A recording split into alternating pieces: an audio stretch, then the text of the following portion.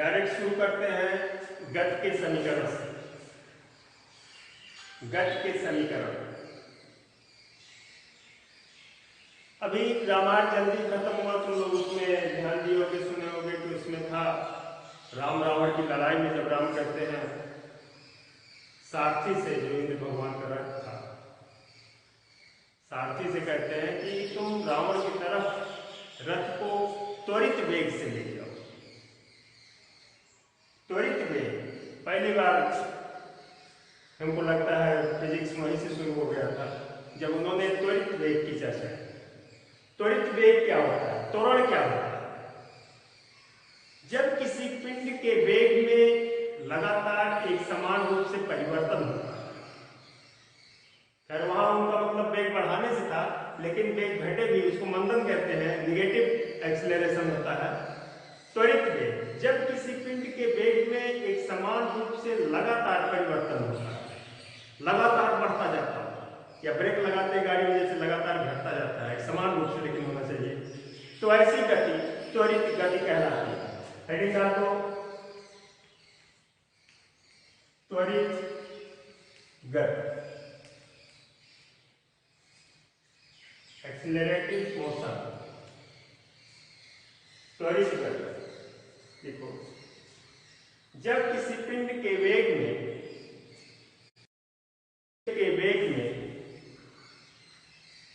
एक समान रूप से परिवर्तन होता रहता है, तो उसकी गति को त्वरित गति कहते हैं। तो उसकी गति को त्वरित गति कहते हैं।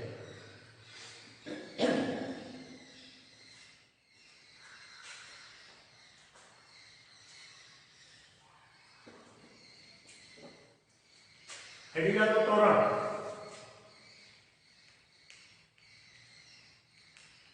त्वरण वेग परिवर्तन के समय दर को, फार्मूला ऐसे मिलेगा, वेग परिवर्तन के समय दर को त्वरण कहते हैं। वेग परिवर्तन के समय दर को त्वरण कहते हैं। और भी होते हैं, प्रति सेकंड होने वाला वेग परिवर्तन त्वरण कहलाता है। 1 सेकंड में हुए वेग परिवर्तन को त्वरण कहते हैं, या वेग परिवर्तन के समय दर को त्वरण कहते हैं। अर्थात इसे स्मॉल ए से लिखते हैं।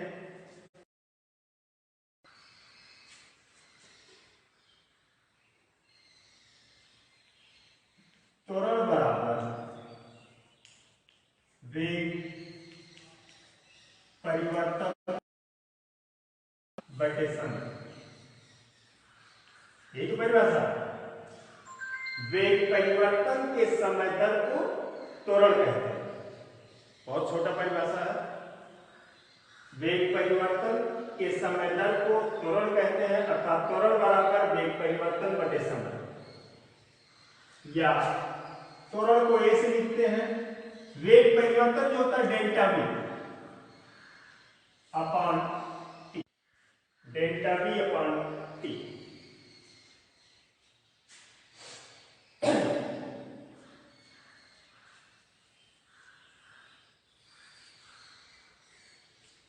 त्वरण बराबर ए बराबर डेल्टा वी अपॉन टी।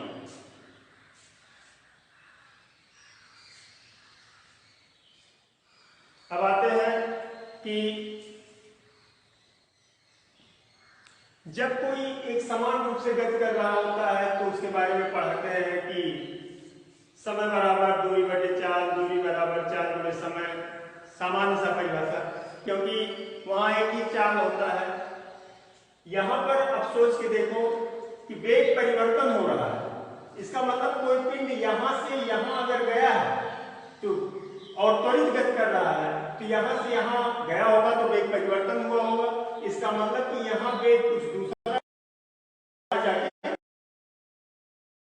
तभी वो त्वरित गति होगा। अब यहां पर 2 वेग मिल रहे हैं, यहां से प्रारंभिक बिंदु पर जो देखते हैं उसको प्रारंभिक वेग, और लास्ट वाले बिंदु को पर वेग को अंतिम वेग कहते हैं।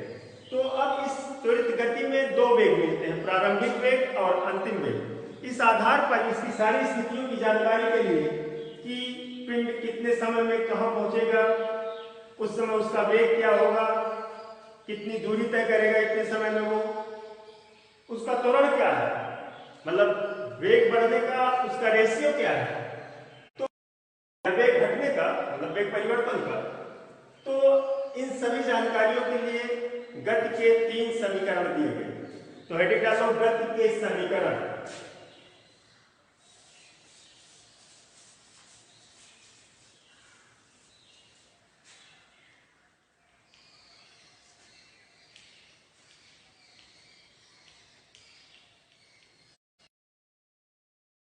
गति के समीकरण,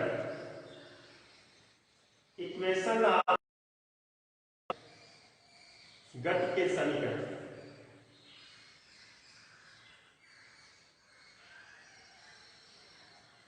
तो भी बताए गति के 3 समीकरण दिए गए हैं। उन तीनों समीकरण की सहायता से हम त्वरित गति करने वाले पिंड की प्रत्येक स्थिति के बारे में पूरा डिटेल उसका समझ सकते हैं। तो देखो गति के 3 समीकरण हैं, गति के 3 समीकरण हैं।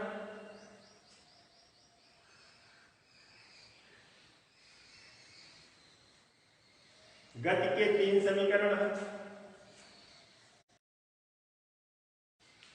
पहला v बराबर u प्लस at,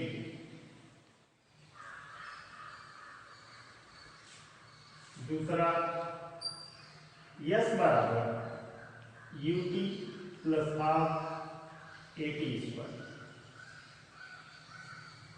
तीसरा v स्क्वायर बराबर u स्क्वायर प्लस 2as।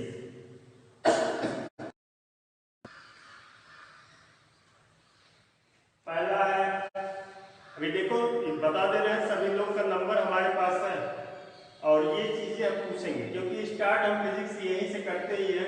जिसको ये नहीं याद होगा उसको कोई फिजिक्स नहीं आएगा। यहीं से पता चलता है कि किसके पास कितनी क्षमता है। 9th में पहुंचने के बाद जब ये शुरू होता है तो यहीं से आइडिया लग जाता है कि किसको आगे चल के कितनी फिजिक्स आ सकती है और ये चीज हम पूछेंगे भी। इस वजह से इसको ध्यान से पहले तो ये तीनों समीकरण सबको याद होना चाहिए। गति के 3 समीकरण है। पहला है v बराबर u प्लस at, दूसरा है s बराबर ut plus half at square, तीसरा है v स्क्वायर बराबर u स्क्वायर प्लस 2as। अब इसके सिंबल किस चीज के हैं ये भी नोट कर लो। जहां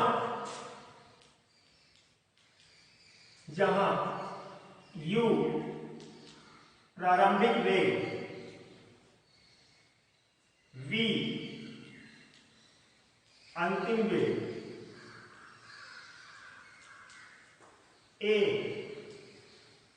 त्वरण, t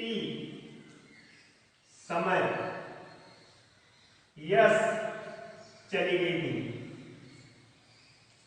t समय में चली गई दूरी। तो ये जो समीकरण का प्रयोग हो रहा है ये हुआ कि प्रारंभिक बिंदु से प्रारंभिक वेग से वो जब चला यहां से वो यहां चला, इतने गति के बारे में त्वरित गति हुआ। इस गति के बारे में हमको गति का समीकरण अगर लगाना है तो ये सारी चीजें ये यहां पर जो वेग होगा उसको प्रारंभिक वेग u से प्रदर्शित करेंगे। यहां से यहां पहुंचा इसी के बारे में हमको जानकारी लेनी है। ये प्रारंभिक यहां पर प्रारंभिक वेग होगा, यहां पर अंतिम वेग होगा। यहां से यहां तक पहुंचने में लगा समय कैपिटल टी होगा, को टी होगा। यहां से यहां तक की दूरी को यस से प्रदर्शित करेंगे और जो यहां से यहां तक पहुंचने में जिस था उसका उस पिंड का त्वरण होगा। तो ये चीजें याद होनी चाहिए सबको 9th के लिए। आज पहला होमवर्क कि गति के 3 समीकरण सबसे इंपॉर्टेंट है, याद होना चाहिए सभी को।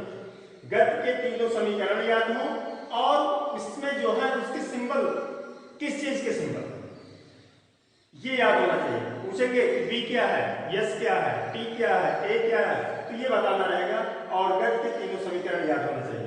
बाकी इसमें बहुत बहुत डिटेल होता है, स्टेप बाय स्टेप आगे बढ़ेंगे। फिलहाल ये याद होना चाहिए सभी को।